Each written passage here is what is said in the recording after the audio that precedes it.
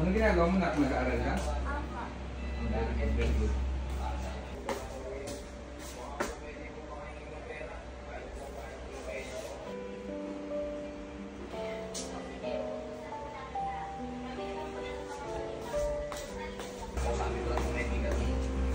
Adrian, pumasok ka sa loob.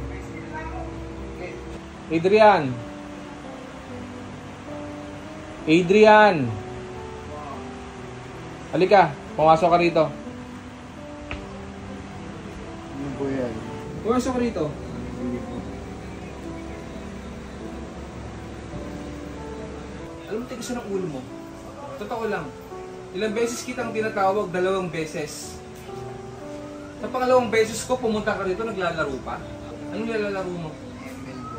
Sa tingin mo, may napapala ka? Wala po. Wala, di ba? Duruin mo yung obligasyon mo rito, hindi mo pa magawa. Kanina pa nakabalandra yung hugasan dyan. Tapos inuuna mo yung paglalaro mo? Gusto bang maging burara sa susunod pang mga pagkakataon? Hindi po. Bakit hindi na lang kaya yung diskarte mo, yung galing mo sa paglalaro ng nilalaro mo, dalhin mo rito sa realidad. Diba? Matutuwa pa yung magulang mo sa'yo. Hindi sa inuutusan kita, hindi sa kinakawawa kita. Ang sa akin lang, para matuto ka. Kasi kapag wala na kami ng magulang mo, ako na lang mag-isa, lahat lang yan madadala mo. Hindi ka magiging kawawa, mabubuhat mo yung sarili mo. Ayusin mo.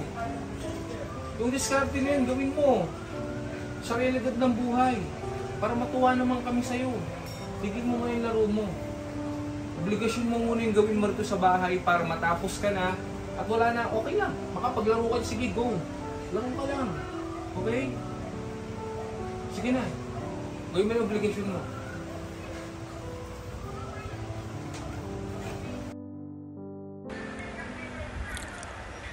Bilang isang ama, kailangan madisiplina ang mga anak dahil para sa kanila rin naman to, di ba?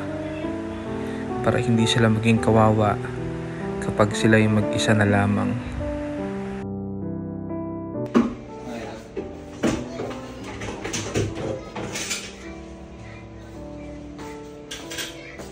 Yan. Ganyan dapat, nak. Yung diskarte mo sa paglalaro, gawin mo rin dito sa bahay, ha?